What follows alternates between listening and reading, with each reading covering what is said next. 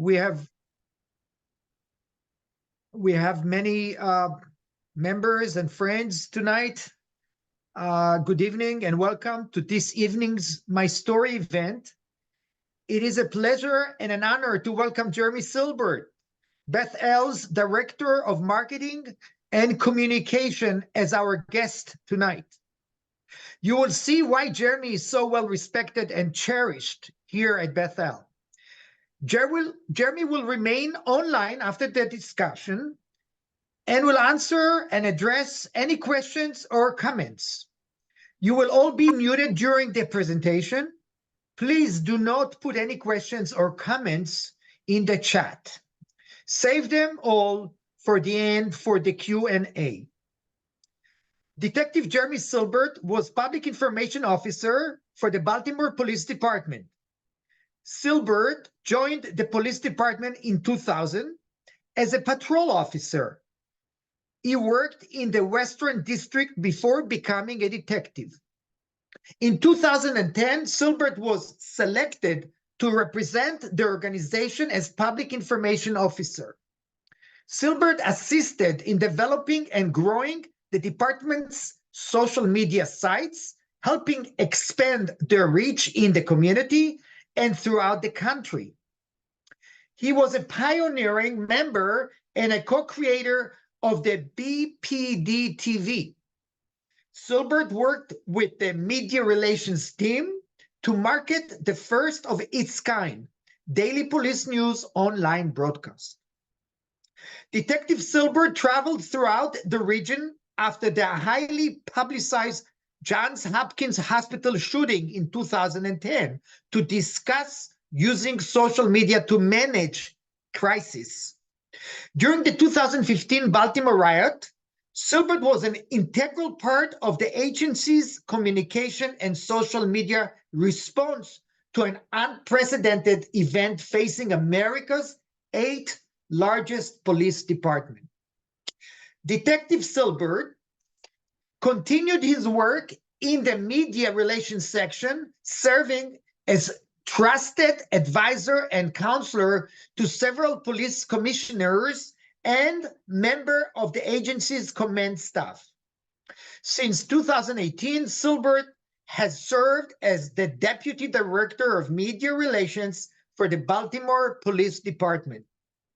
In March of 2020, Silbert was temporarily reassigned to the Baltimore City Joint Information Center, where he helped manage the center and coordinate messaging related to the COVID-19 pandemic. Detective Silbert is also a member of the Baltimore Police Department's hostage negotiation team. Silbert retired from the Baltimore Police Department at the end of 2020 after 20 years career. In January 2021, Silbert became the Director of Strategic Communications for the Baltimore County Police Department. In the role, he also served as a speechwriter and Deputy Chief of Staff for the Baltimore County Chief of Police. In October of 2022, Silbert became the Director of Marketing and Communications for Beth L Congregation of Baltimore. So, ladies and gentlemen, we are ready for our My Story interview. Good evening, Jeremy. Good evening. Thanks for having me. My pleasure, our pleasure. So can you share with us where did you grow up? And even more so, where were you bar mitzvahed? Sure. So born and raised right around the corner from Bethel, off of Stevenson Road. Grew up there, went through the Baltimore County public school system in the area. Fort Garrison to Pikesville Middle to Pikesville High School. And my bar mitzvah, unfortunately, they no longer exist, but Temple Emmanuel, the original one, which I believe it's Rolling Road, just past Liberty. And okay, and I'm interested to know if were you the only Jewish police officer in the department. And before that, why did you decide to become a police officer? So it's funny, growing up, probably like every kid, we watched Cops and all those shows on TV, or the Rescue 911 and all the shows that were on. And it's funny to look back now. My wife and I always laugh and say, should we have really been watching shows like Rescue 911 and America's Most Wanted as little kids, seeing all this crazy stuff? But once I got into high school, I really wasn't sure what I wanted to do after school. And I had a couple of friends who were a few years older, and they had gone the police route. And I started looking into that route. And, at the time, the Baltimore City Police Department, they were hiring police officers, and it was actually a great deal on paper. You come to work as a police cadet before you're 21. They put you in an administrative role. You immediately start getting health benefits, and time starts counting towards your, at the time it was a 20-year retirement.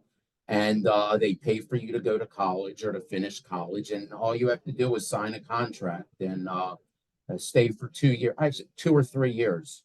So it sounded good to me. And I stayed a little longer than 2 or 3 years, but I'm sure we'll get to that soon. So tell us more about your career. Sure. Okay. So, as I said, I joined the Baltimore City Police Department in 2020. I'm sorry, in the year 2000.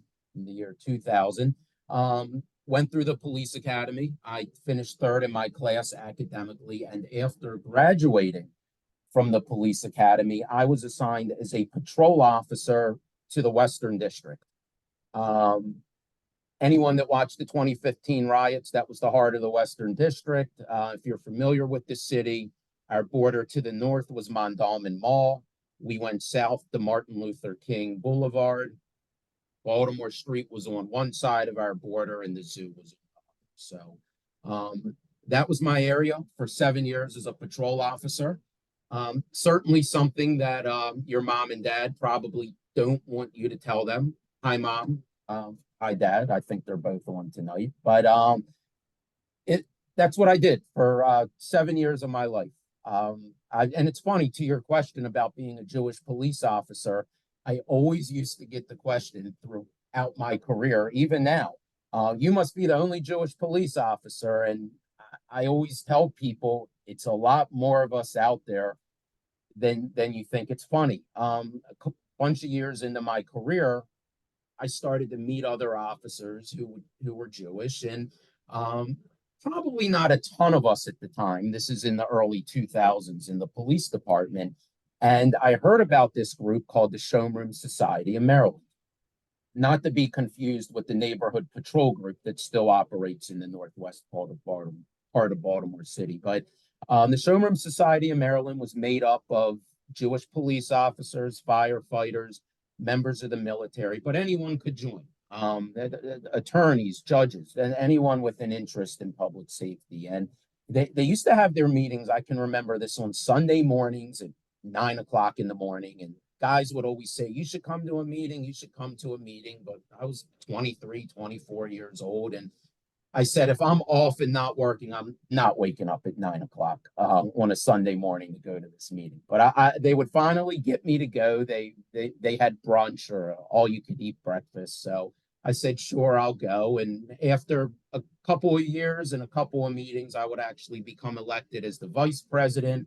And then 2 years later, I would be the president of the organization, which I served for probably close to 10 years before I retired from the police department and left that organization. Now, the Showroom Society of Maryland, kind of to jump back, Dr. Bohr, to your first question, this organization in Maryland, I don't know if anyone watching has ever heard of it before, but they've been around since 1978, supporting Jewish police officers and firefighters in Maryland. And they're also affiliated with the National Conference of Showroom Societies, which is all around the country.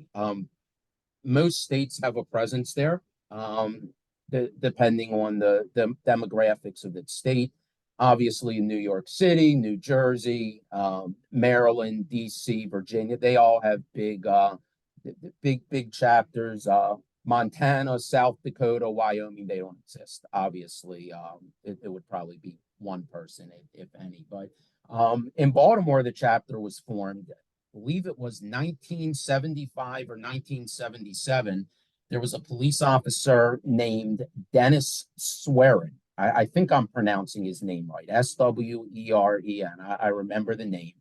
He was killed in a car crash, and at the time, the police commissioner and the members of the command staff in Baltimore, they really weren't sure what to do with a Jewish funeral, especially when they found out, yeah, you have about 18 hours to plan and get this funeral going. So there were a couple of commanders in the police department who were Jewish, a guy named Teddy Weintraub and another individual. Unfortunately, he died within the past year, Sidney Hyatt, who actually we'll talk about him in a little while. But they sort of organized this group. They wrote a letter to the police commissioner. They wanted to form an organization in Baltimore, really in Maryland. It would be similar to, I believe, the Sons of Italy was already around, the Vanguard Justice Society, so similar to them. So a group from New York came down to meet.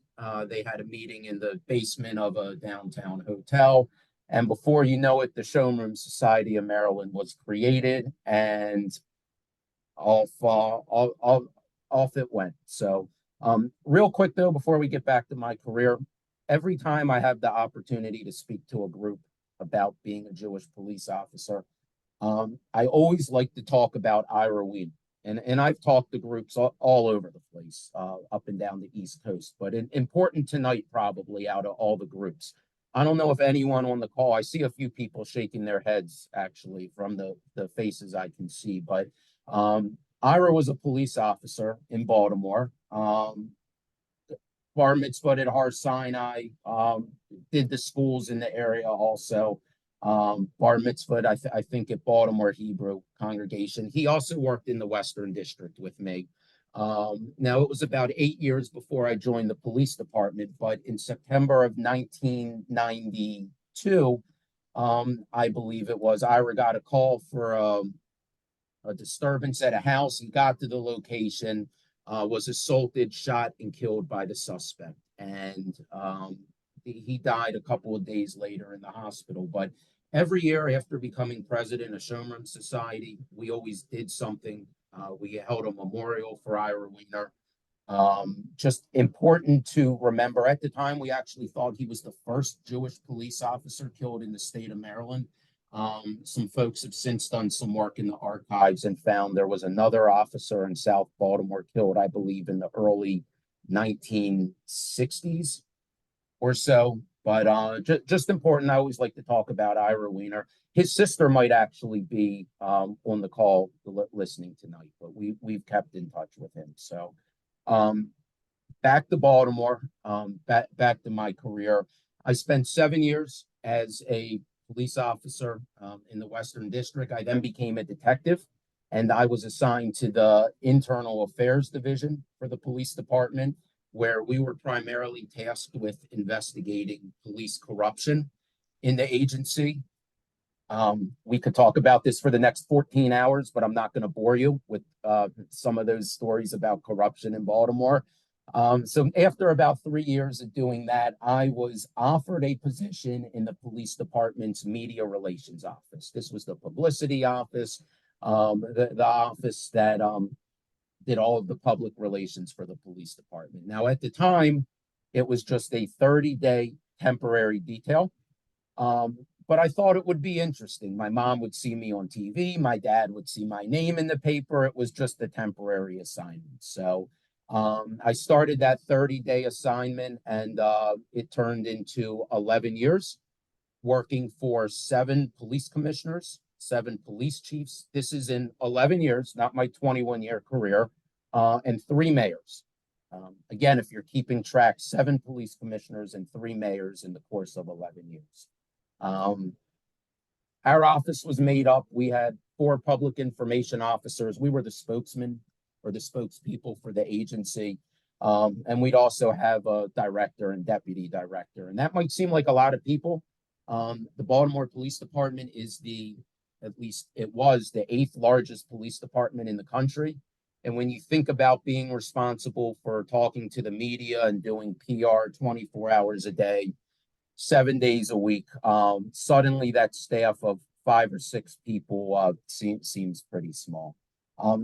Basically, what we did, and I'm trying to go as quick as I can, so Dr. Board just cut me off if we're going too long. But we were the liaisons between the media.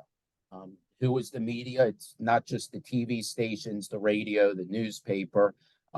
As my 11 years would go by in that office, we would get bloggers, we would get people with podcasts, really anyone with a cell phone. Over the 11 years could really be media. They could post content. So our job was pretty busy. We also did a lot of work with the police department's social media pages. Very proud of the work that I did with social media that our team did. We were really looked at as pioneers in Baltimore for some of the things that we did, not just with major police departments, but also police departments throughout the country. Basically, what we did, we took a direct-to-consumer approach. Back in the old days, if the police department wanted to get information out to the community, they'd call a press conference. All of the reporters would show up. They'd have the camera people there. The press conference might be 10 minutes, 15 minutes. Either the spokesman would speak, the police chief would speak, the mayor would speak. But at the end of the press conference, the reporter would go back to the news station and they take that 15 minutes of footage that they got during the press conference, and someone in the news station would basically cut that down to a 6-second clip for all of us as consumers of TV to watch. Maybe a 10-second clip, maybe a 15-second clip if it was important. And we really changed that. Using social media, we started recording our own press conferences, our own events. And just like, again, this is probably 2010. Obviously, we're all professional Zoomers now, thanks to COVID. But, back then it was something different that people really weren't used to seeing. And this allowed people to watch the entire press conference. Now, I know if something happens in my neighborhood and the police are giving a press conference, I want to hear every word that the police chief says. I don't want someone in a TV station to decide what I see and what I hear. So really proud of that work. Now, whether or not people believed us, what we were saying on TV, that's a whole nother story. And we could debate that for quite some time. One of the things we also did, we were one of the first major police departments to use social media during a major critical incident. Does everyone on here remember the Johns Hopkins Hospital shooting from 2010? I see some head shaking. So I actually have a few slides. Eileen, I'm going to ask you to pause the recording. So, Jeremy, can we move to the next question with you, or you want to elaborate on what you said earlier? Yeah, I mean, we can do that if you want to take a pause here. If not, I can go into a few other things from my career. You tell me what you'd rather do. I'd like to see more of the stuff that you prepare, more photos, more video tips, and so forth. Go ahead. All right, sure. So, obviously in 2015, one of the other large incidents that we were involved with were the riots. I really didn't talk about this much after they occurred in the police department. And actually, as a friend of mine pointed out this afternoon, this is really the first time I've been talking about it since I retired. Won't get into all the details about it, but basically in April of 2015, individual named Freddie Gray was arrested by police. The day this happened, I was actually speaking to a group at the Park Heights Avenue JCC when my boss called and said, there's an individual that's been arrested. He died in police custody. Can you get to the police station, figure out what happened? It turned out actually that the individual, he was alive. He was injured very badly. He would, well, he was able to be kept alive until April 19th. That is when he died from his injuries at the hospital. Actually, Eileen, sorry to do this. Let's pause the recording one more time. So you can go ahead. I'm not going to ask you to turn the recording off again. I appreciate you doing that. But later on we'll probably talk a little more about that. But everything changed in our world after 2015, not just professionally, but also personally for a lot of us. But on the professional side, our police commissioner, he was fired a few months later. The mayor decided not to run for reelection. Our director of media relations, one of my closest friends, he resigned from the police department. And actually, my partner and I, we had our boxes packed, and we were the last two that were kind of remaining from this inner circle of the police chiefs, and ended up staying. So we remained in the office. He would leave a few years later. The last thing I'll talk about, Dr. Bohr, the 2020, the onset of COVID. I don't have pictures for this, but my wife and I just got home. We were away for the weekend, and I got a call. It was the week where our whole world shut down, and the call was that the mayor had requested that I come to City Hall and help manage communications for the entire city. I was not thrilled. I enjoyed what I was doing. I liked my schedule. My son was 6 months old.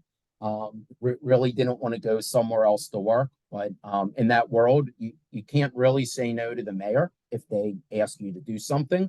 But it would actually be a blessing in disguise. I had the opportunity to work with some really great people throughout the city. I was the number 2 person running, we called it a joint information center, where all of the communication through the city and any type of poster, flyer, public health messaging, it all came through our office. And really, after the first week, we made the decision to work remote. Working remote was unheard of in the city at that time. And to have a police officer, now I was the only person from the police department that was working in this office, but to work from home as a police officer, it was crazy. No one could understand it. But we did important work. I'm really proud of what we did during that difficult time. I would come back to the police department in July for a few weeks, or if you ask my wife, a few hours, and quickly realized it was time to retire. I already had 20 years at that point, and I think part of it was seeing that there was another world professionally out there. I really worked with some amazing people from city government. And the other part was that my son was a year old, and I started young. I was 39 years old when I joined the police department, and at that time I had 3 cell phones that were always ringing. I was always leaving the house for stuff.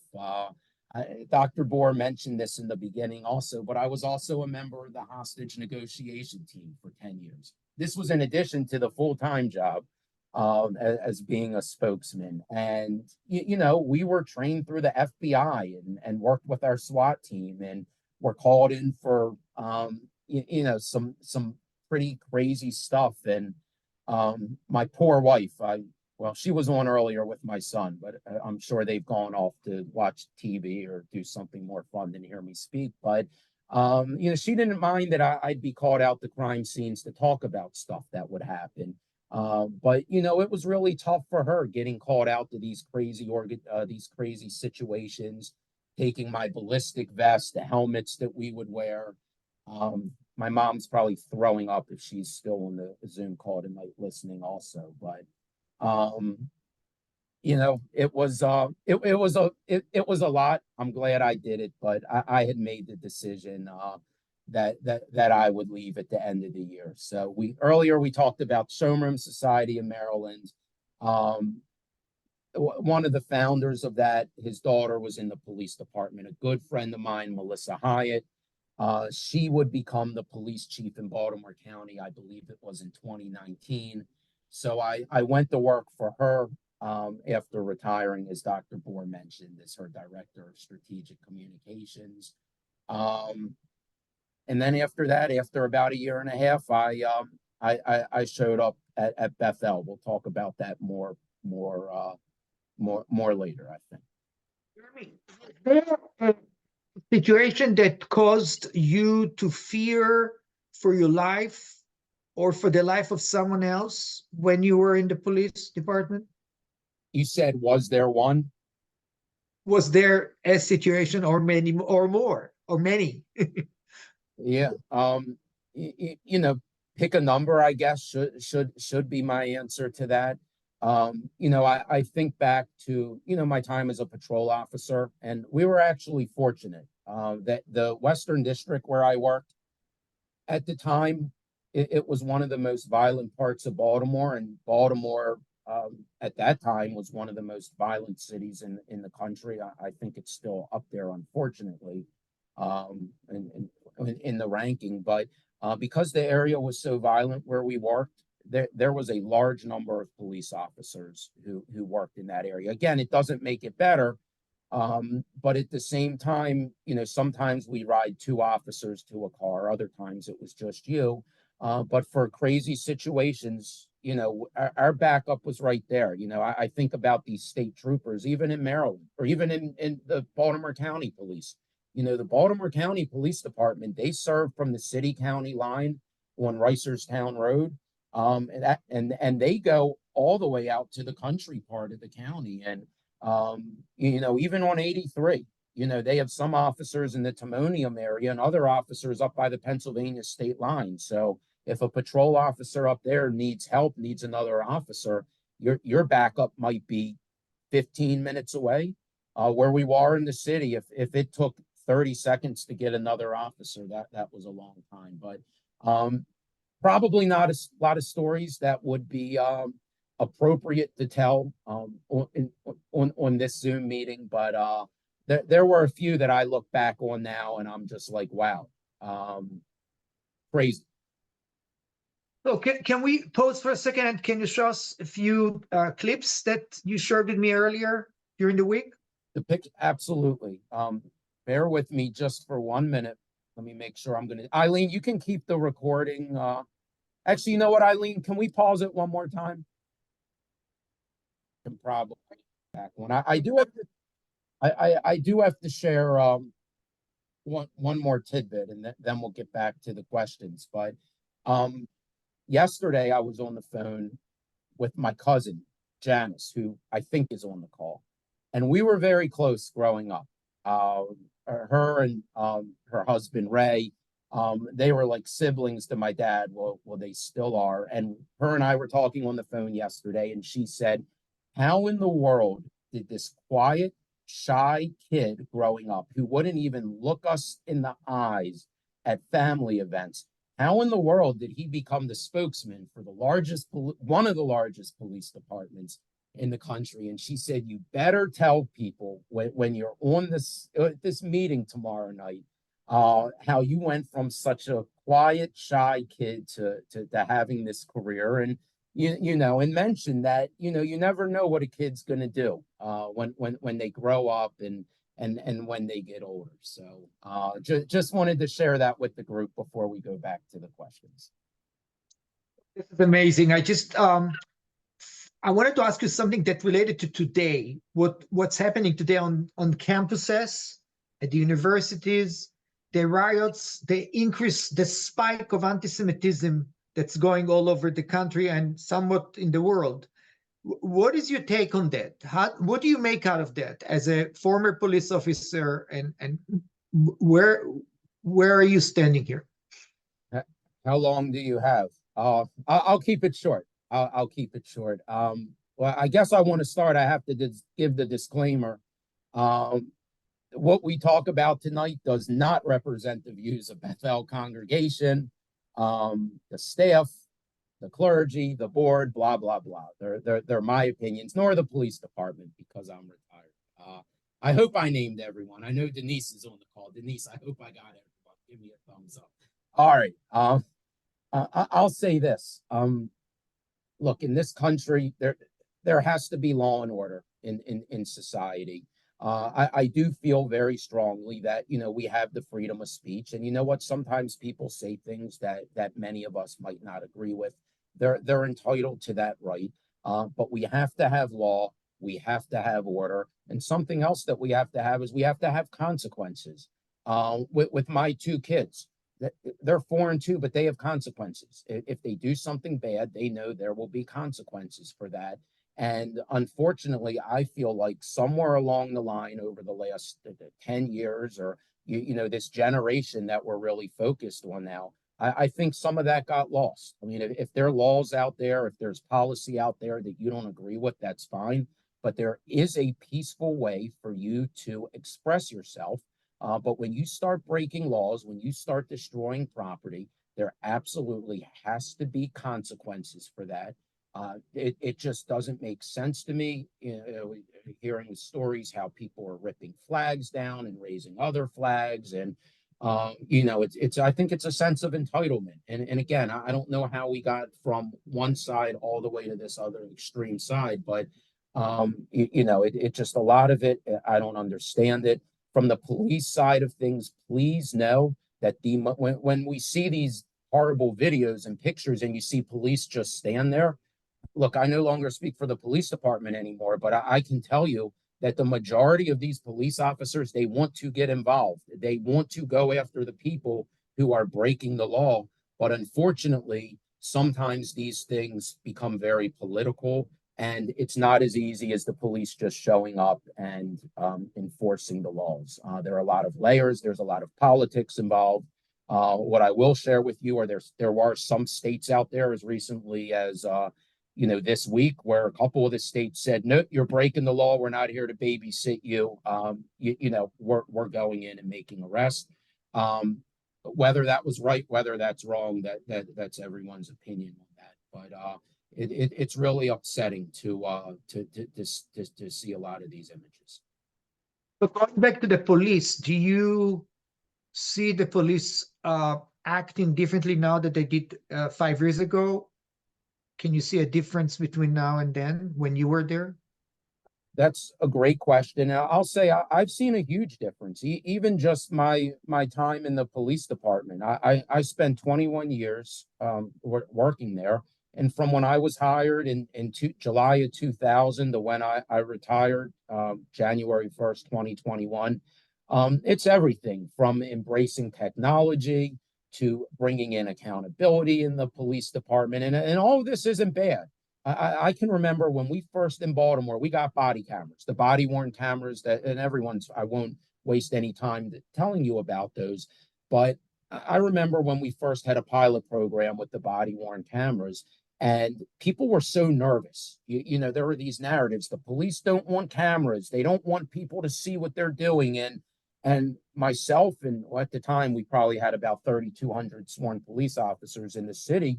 But if it was up to the police officers whether or not they could get a camera, there would have been a line up to JFX with officers lined up to get them because the cameras protect everybody. Again, no matter what organization it is, when we're dealing with human beings, you're always going to have a small group that's doing bad things that they're not supposed to. I don't care if you're a police officer, fireman, doctor, lawyer, whatever. You're going to have someone, because we're talking about human beings who are doing things that they shouldn't be doing. Having accountability, embracing technology. I see major changes in the police department that are good. And there's also lessons learned. Earlier we talked about the Hopkins shooting. We talked about the riots that happened in 2015. After those incidents, a few of my colleagues and I, we traveled around the country talking to other comms folks from police departments. Hey, this is what worked. This isn't what worked. In the middle of a riot, don't send your spokesman out into the riot to talk on TV thinking, good intentions, right? Thinking, hey, we're going to assure people that, we're going to get through this. Things are okay. Don't do that, because the image of being attacked on live TV wasn't great. So lessons learned with that. I hope that answered the question. forward and ask you, what is your connection to Bethel, and how lucky were you that you chose us over other 14 congregations on Park Heights? I think it's a lot more than that if you drive south now. But look, we weren't members of Bethel growing up as kids, but like any kid that grows up in Pikesville, we were constantly in and out of Bethel. If you ask me what my first memory was at Bethel, it was actually probably my cousin Matthew's bar mitzvah. If Janice and Ray are still, yes. I was a little kid sitting in that big in what just seemed an enormous sanctuary, and but in and out of Bethel over the years. I'll share a quick story with you. 2007, I was a detective in the police department, and one of the attorneys for the union, um, uh, I don't know if he would want me to share his name. My good friend Herb, he's a longtime member here, and I'm a Jewish police officer. He's a Jewish attorney for the union. We would talk. We had a lot in common, and I'll never forget. He said to me, "This was 2007, so I was 27 years old." He said, "You should come to services with me. On a Friday night at Bethel. You'd really like it." And I remember looking at him, and I said, "Why would I want to do that? It's Friday night at services." And he said, "Because I'll buy you dinner afterwards." And I said, "Okay, I'm in. Let's do it." 2007, I walked into a Friday night service with my friend Herb, who's become a really close friend of our family, and I've been coming every Friday night since. Since 2007, with the exception of when each of our kids were born, and obviously during COVID, and here or there something comes up, but just coming into services. And look, I don't have to tell anyone on this call what Bethel is. But I always say it's the people, it's the programming, it's the resources. We all know what an amazing place Bethel is, and I really have an easy job as your director of marketing and communications. I don't sit in my office and say, "All right, what program can I do, and what can I do with this?" And I don't have to call these affiliate groups that we have in the committees and beg people to join them. We have meetings. Dr. Bohr, you're adult ed. It's almost every seat's taken at the table. So my job is easy. I get to talk about all the great work that everybody does, and the clergy is incredible. We could talk about them for 3 hours. The staff here that I work with, I have to give a special shout out to Esty from my office, who does a tremendous amount of work. I'd be lost without her. Sammy, who does double duty in this building. She works full time in the preschool, but if that's not enough, right? She works part time for us in our office also, and just so many other great people, and of course our members. Whether you're on a committee, whether you're involved with affiliate groups, or if you're just a member, it's an incredible job, and I love it. So before we open the questions for our audience, I wanted to ask you, where do you see yourself in 5 years, maybe 10 years from now? Does anyone know if my wife is still listening on the call before I answer that question? Uh, Look, I retired from the police department for one reason, and that was for family, right? My wife and I met when we were in our 30s. Yeah, I was fortunate that I started a career so young that I could retire when I was 40 years old. And don't get me wrong, I love working for the police department, but I wanted to focus solely on the time with my son, and then of course my daughter would come, who's an absolute blessing as well. Everything that I do, it's for the kids. Now, don't get me wrong, Bethel's not a part-time job. We were here till almost 11 o'clock last night. We work. We're a 7-day-a-week operation in this office, but at the same time, it's all about the kids. My wife, she was inspired by what I did, and she left the job at a hospital in management where her phone was ringing constantly, and she was able to step away and do something similar. So both of us are completely devoted to our kids 100%, our family. And I guess really, Dr. Bohr, you'd have to ask Jordan or Annie the next time you talk to them, what do they want to be doing in 5 to 10 years? Because my wife and I will be there to support them doing. That's great. That's great. Wonderful. So I wanted to give the opportunity now to our listeners, and we have a nice group of people here to ask the questions. Does anyone want to raise his hands to ask Jeremy any questions that you have? Jeremy. Hi. Hi. What happened to Melissa Hyatt? Where is she now? What is she doing? So Melissa Hyatt, as I said, was working for Baltimore County Police Department as the chief. She left, I believe, that position at the end of 2022 or the beginning of 2023. I don't want to share exactly what she's doing. We, of course, still talk. She's a good friend, not just to me, but to our family. But she's doing some amazing work. I'll say she's still in the business that we all grew up in. But she's doing great. Okay. Anyone else has a question for Jeremy? Sorry, I wanted to stay vague on that.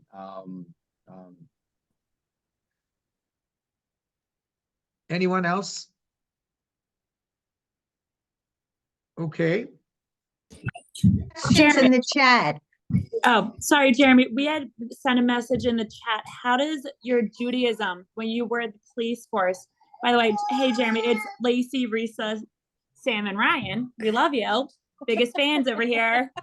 Didn't I just see you guys a couple hours ago? Yeah, the question is, did you shower before you put on the tie or no? But anyway, how did your Judaism help guide you through the hard times at the police force? How did the what? Sorry, there was either someone, I think it was either Sam or Ryan crying in the background. What was the beginning of the question? Yeah, how did your Judaism help guide you through the hard days at the police force? Good question. So the first thing I'll say is what I sort of touched on is, Friday evening Shabbat services, and I'm sure we'll get some people nodding their head. It's really a great way. It's something that I look forward to throughout the week. Just a way to unwind, and then just to, take a deep breath as the week comes to the end. But the later years, I'll tell you, that connection, whether it was with Bethel or with family, but the 2015 riots, there's a reason I don't really talk about it. I don't talk a lot about what happened in 2015. It was tough, but, looking at some of the principles that, we read about every week, whether it's in the Parsha or whether it's listening to the clergy or other things that we're doing, it's truly amazing how Judaism, how it can guide you through tough times. And I was very fortunate to have a great support system, family, friends, and obviously our Bethel family. Oh, Denise, go ahead. Denise. Okay, I just have to mute. Hi, Jeremy. This was wonderful. I want to know what your biggest challenges are at Bethel and what's most difficult for you. That is a great question.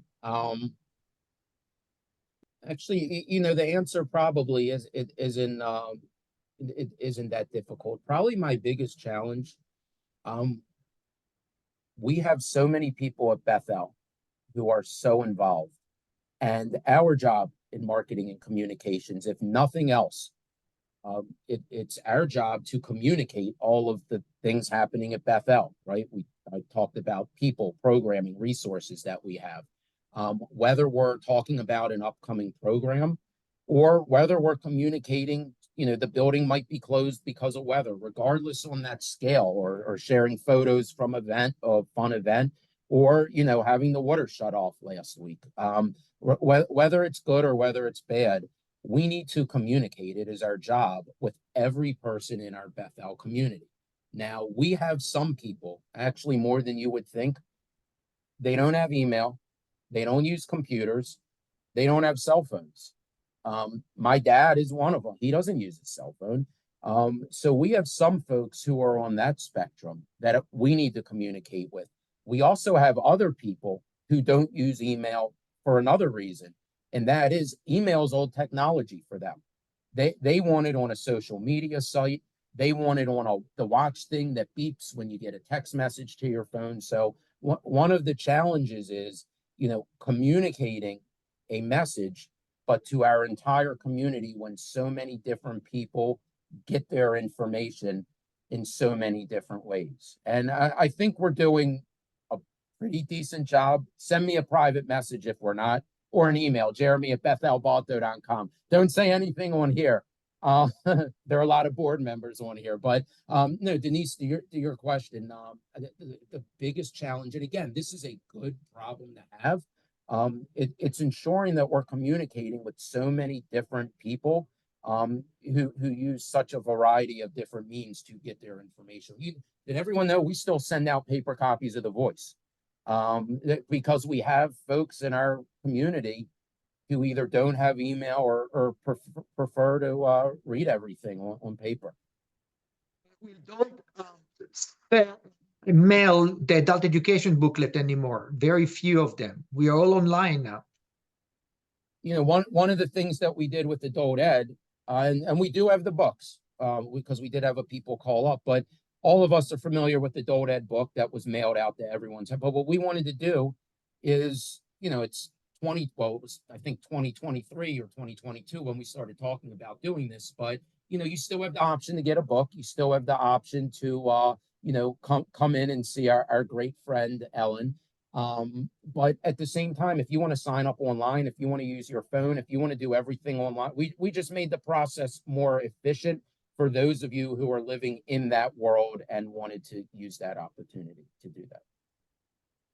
There is a question from Patty. Patty, go ahead. Unmute yourself. We don't hear you.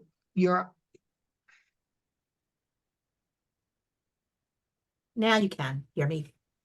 I can Jeremy, hear I you. just want to Hi, Patty. say nothing bad. I mean, the communication, Facebook and everything online, the way that Facebook and the links work and everything now is so great. It's so great. And we've got you just said shout out to Ellen, but more than that. I mean, Ellen, she's always on top of everything, and I'm always searching for emails from Ellen. But thank you. I'm sure it's under your direction, and it's really there because there's so much going on, and it's nice to be able to find out what that is, what those things are. Thank you. I appreciate that. I'll say I come from a world in this previous life that we're talking about, where you're always on call. Look, if the police chief or mayor or there's a critical incident or something horrific happens in the city, no one wants to get your voicemail, and you can't stay in a position like I was for 11 years with, turning your phone off. Vacations, this, that. The number of family things. Even if I didn't leave, I had to step out of the room and take a call. But coming into Bethel, I'm still that mindset. Phone's always on. I respond to email, always on. And what I'll say about both Ellen and Dr. Board, but really, since you're talking about Ellen's emails come through late at night and early in the morning, and when she's off. I mean, it is a lot of people at Bethel. We're not the only two. But you mentioned Ellen, so I don't know. Maybe Ellen worked in a police department or something, in her previous life as well. But I have a question. hi, Linda. Hi, Linda. Hi. Can I talk? Yeah. My question is, I agree with you. There's so many wonderful programs. I was just wondering, and maybe there is someplace and I don't know where to find it.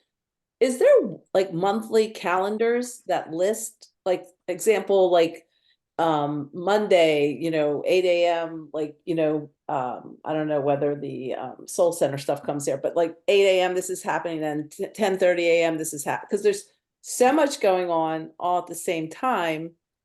I'm just wondering, if there's one place that has, like, per month, they just list everything.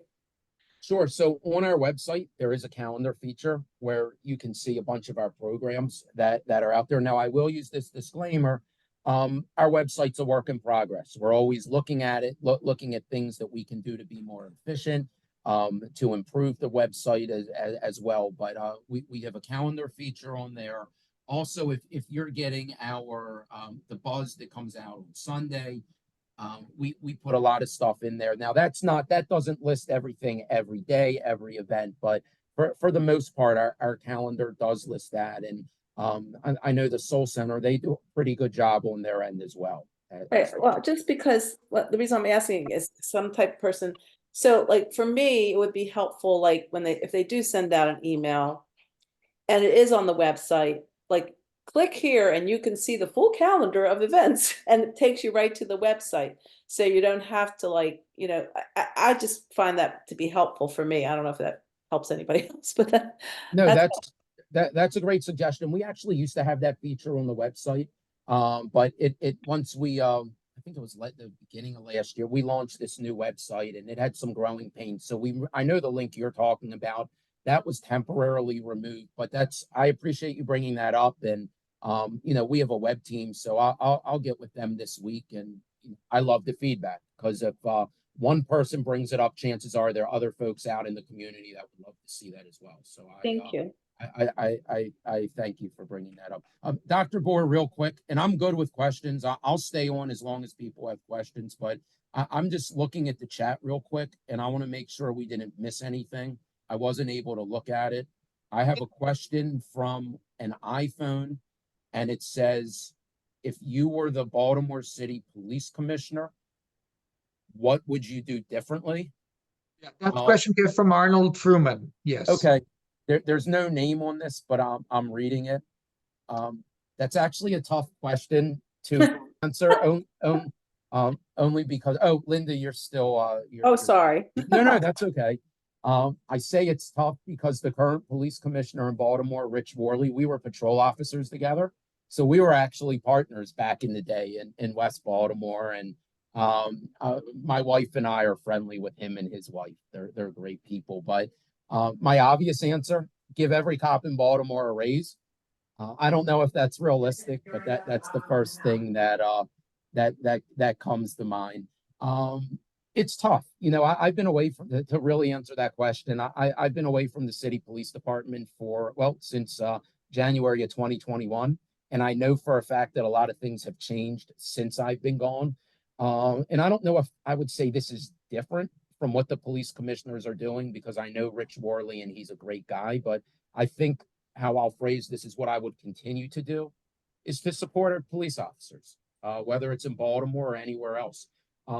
People used to ask me all the time, how do I show my appreciation for the police and what can I do? And, do we donate money here or there? First of all, my PSA for tonight, if anyone ever calls you and says they're collecting money for the Fraternal Order of the Police or the police department, hang up on them. The police department and our union, the Fraternal Order of Police, will never call you. But the best thing you can do to support police, and I've told people this for 20 years, the next time you're out and about, whether you're in Pikesville or Florida or New York or wherever you are, and you see a police officer, whether they're walking down the street or somewhere, just stop and say thank you. That's now, if they're like arresting somebody or don't stop them and say thank you, as they're probably not gonna want to talk. But I'm serious when I say this. Police officers, they don't get it enough. You don't need to stand there and talk to them for 20 minutes, but just stop and say, officer, thank you for your service. And you would be surprised that really, if you get nothing else from our discussion tonight, a simple thank you for your service, it really does go a long way. Another question or remark from Edward, Dr. Mishner. Hi. Hi. Hi. great interview, AL. And Jeremy, it's great to see you and talk with you. But I just wanted to make a comment. So Jeremy came on board just shortly after I finished my residency, and I asked him about a project, and that was I wanted to interview all the past presidents as a time capsule about the history of Bethel. And he was very kind and put in a lot of time. We eventually got most, if not all, the past presidents. And I'm just bringing this up first of all to tell you how hard that Jeremy does work. But secondly, many of the people in the congregation may not know. And we do have that recorded, correct, Jeremy, that people can review that if they want to listen to the different past presidents? We do. Not only does it live on social media now, but we have it saved in our congregational archives for the next 75 years down the road for someone to listen to it as well. We thought it would be a great time capsule for when, unfortunately, some of us may no longer be involved with Bethel or be around, that the history will be preserved. And he really put in a lot of time. The other thing I will say is I will vouch, he is at Bethel every Friday night. So it's great seeing him. He's doing a terrific job. Thanks, Ed. One thing I do want to say, I really appreciate you saying that. Last year we celebrated 75 years at Bethel, and one of the things that we really focused our efforts on, and I always say we because we're a team here, building our archives. I wish that in 2022, when I stepped into this position, that there were archives from 20 years ago, 50 years ago for me to look at and for us to put stuff together. And we've really been focused, and not just pictures and news articles. We have we have every voice. I don't know if you know this, but we have every voice that's ever been written. It's amazing if you're ever upstairs in the boardroom. But really looking at recording audio files and video files and creating archives that in 75 years from now, or whoever's in my position will be able to go in and listen to that. But what we did was we actually reached out to every living past president of Bethel. It was time consuming. It was a tremendous amount of work, not just recording and editing, but I wouldn't have changed a thing, because listening to the stories of every past president, I'm trying to think how many we went back. I can't think off the top of my head, but we went all the way back to some folks, and it was just tremendous hearing the stories that everyone had, their perspectives. It really was incredible. So Ed, thanks for bringing that up, and I'm so glad that Jeremy, we went back to the oldest living past president, Bob Smelkinson. And so everybody forward from that point, except for maybe one that I can think of, we interviewed. And I would say each tape probably is maybe 20 to 30 minutes. I'm just guessing. I don't know. You would have a better idea. I know when you interviewed me, it was probably close to an hour, but you edited or whatnot. Well, I always tell Ben Rockstein, take whatever the length of a video is and multiply that by about 4 or 5 times when you start editing something. And he knows also. I know we talked about the board earlier, and I'm not just saying this because he's my boss, but I do have to mention Ben Rockstein. From the second I walked through the door, he didn't just embrace some of the ideas that I had, but he encouraged me every step of the way. Try this, do this. His full support. Whether it's the podcast that we have out now, which I do have to plug, the Bethel Podcast Network, to some of the stuff we've done on social media, and stay tuned. We've got a lot of fun stuff coming, but a lot of the stuff have been Ben's ideas. Other stuff we've collaborated on it together, but Ben's truly been my biggest supporter, and pretty much given us the green light. So really, he's actually here tonight. I doubt he's watching, because tonight's another example of Bethel. I don't know if you know this, but I think we have 3 large events. We have a seniors event downstairs. We had a couple other events. So Ben's here working. Jill everyone's here tonight working, even though it's a Sunday night. But definitely have to thank Ben for his support. Question, John? Yeah, good evening. Really not a question, just a comment. Jeremy, I'd like to thank you for everything that you do for Bethel. You're modest. You have so many talents. You are a perfect find for this job. And when they hired you, I don't think they had any idea all the things that you would be doing, not only doing, but doing them extremely well, extremely well. And Bethel is so fortunate to have you. You wear a lot of hats, and we could say this really about the entire staff, but tonight really you're on this call, and you're just incredible. And I don't think we have any idea all the things that you do behind the scenes, and we're just very lucky to have found you.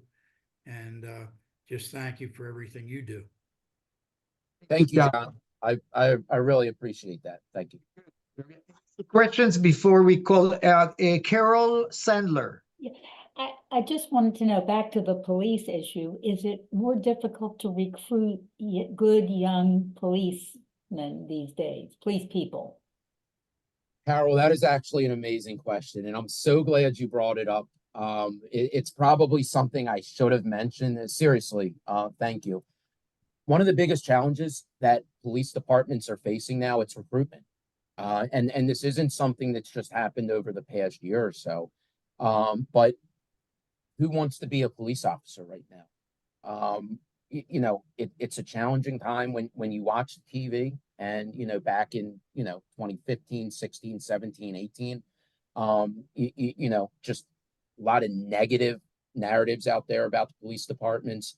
There was a lot of talk about defunding the police. There were, a lot of whether or not, it was true or not, there was, it seemed like a lot of politicians, not all of them, were not supporting their police departments. Recruiting was really a challenge. And what I will say, going back really in 2010, when I became the spokesman, that's when I really started to see this behind the scenes, behind the curtain look at the police department. But when it comes to recruiting in general for police departments, when the economy is good, and this is true, I don't have the facts in front of me because it's been a few years, but when the economy is good overall, police recruitment goes down.